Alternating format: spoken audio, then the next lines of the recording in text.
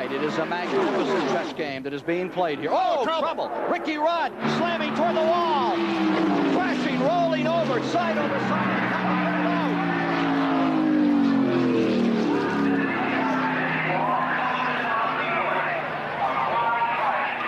Ricky Rudd, Ford automobile, out of control, side over side several times. Yellow truck right in the center. Seemed to be some contact, yes. And now the 46 of Rob Morgan gets into the car, and he just, you're right, nosed head on in the wall. Now as he comes down, Lance Norrick is going to come along and make contact with the left side, and then Norrick is going in the wall. So both these trucks eliminated from competition, I would think. Get another view of it there, and look at that, BP. That is, look, he lifts off the back wheels of the Detroit locker truck, and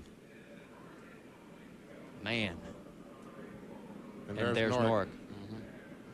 So for Tom from Orange, Massachusetts, he's 34 years old. He had qualified 29th and had moved his way up into the top 20, but was a lap down at the time here, racing for position with Rob Morgan.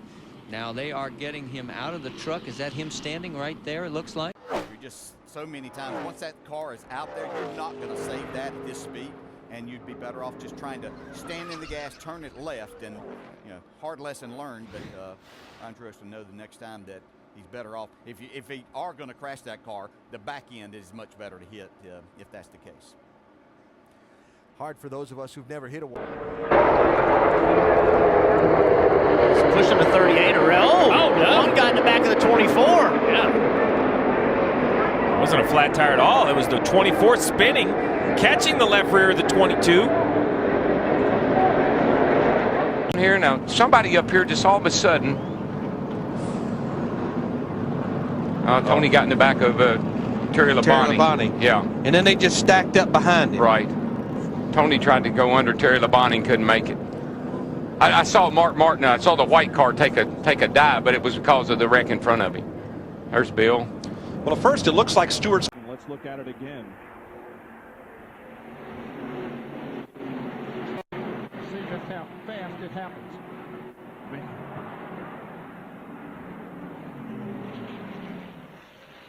Tony Irvin was involved, and within a matter of 5 or 6 seconds, the whole thing can unfold. There, they're removing some of the debris and throwing it over the crash wall. You can see the retaining fence. Wow. Oh, my God. Oh, my God. I didn't think he overturned that many times. Got to show that real time, too. This is unbelievable. Wow. Yeah. Wow.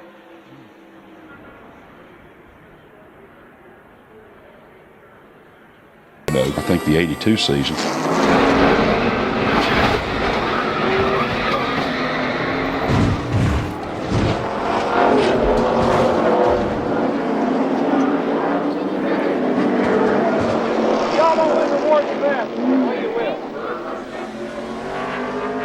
The car was simply demolished.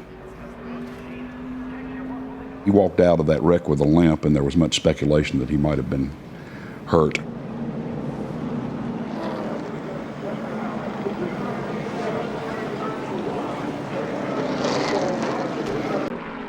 A car's out of control.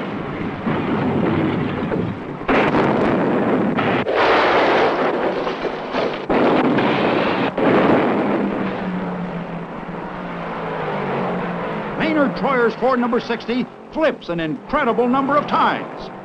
The roll bar cage that protects the driver and keeps the roof up is intact. Oh, here he goes. Oh, he's in serious trouble right there. It looks like maybe he had a tire or wheel off the car when that was the left front come out of there. I stand corrected. That's the left front off that car. They pulled it right off. That's what happened. It broke the left front, I guess, and that's what shot him into the wall. Yeah. Our pit road is closed right now because of the incident here. Yeah, that's what happened back in here. The left front, you're exactly right. The left front broke off, sent him straight up in the wall. You know, what people don't realize is the left front on these cars is under more. Look at, there's the brake rotor and everything. It wasn't the wheel. Package. It was like the spindle broke the or something. spindle, yeah. It's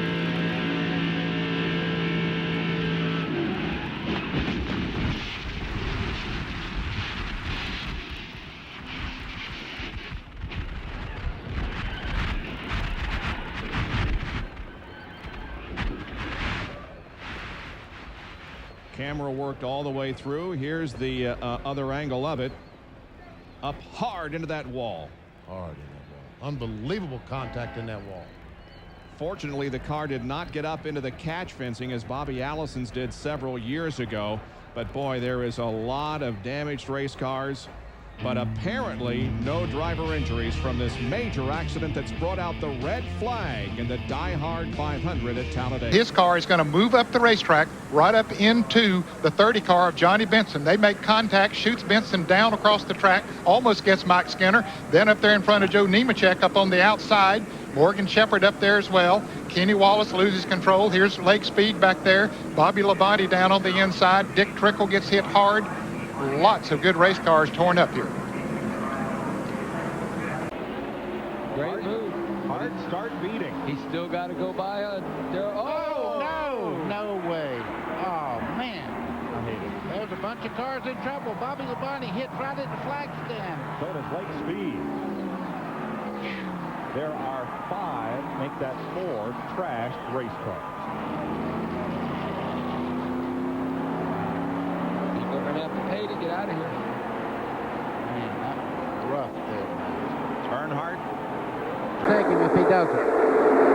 Walters and Bliss. Now they go off the wall. You saw it coming. Walters and Bliss. Caution. First time. Lap number 3. That's Biffle, the rookie. Jack Sprague leads him back to the stripe. We're under caution. Biffle made contact there, but it was not very, very hard to the inside of the race course. More than I can say for Mike Bliss. And Mike seems to be ailing right there, holding his right wrist, as you see. The veteran from Milwaukee, Oregon, led 112 laps here, as you see, a year ago, and has jumped 5 positions to 16th in the points after finishing. Turn number 3, Larry Pollard is into the fence. Sliding down the track and narrowly missing another car. That was the number 9 machine driven by Joe Bessie. A narrow miss right there. But Larry Pollard has damaged the Skoll Buick, car number 7, the one that Harry Gant normally drives. And this will bring out the caution, and this race could very easily end under caution. Well, it could, and Larry Pollard has hit Bobby Hillen passed Brad Teague at the line, and at this they wrapped down the backstretch. Tremendous side-by-side racing and a crash. Mark Martin's car lifts off the ground but does not go over. But this crash is going to involve several cars. You see Hud Strickland in the mud there.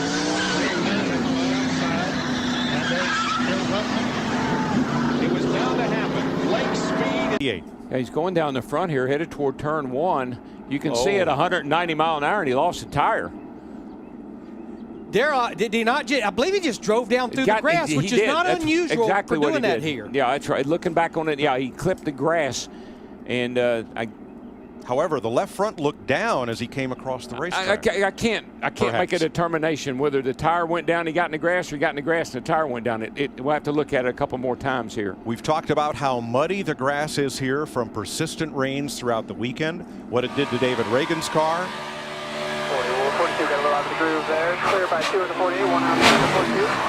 Stay low. I think he was behind that car and he couldn't see, and I think when he went to the inside, he clipped the, clipped the grass. Get you out as soon as I can.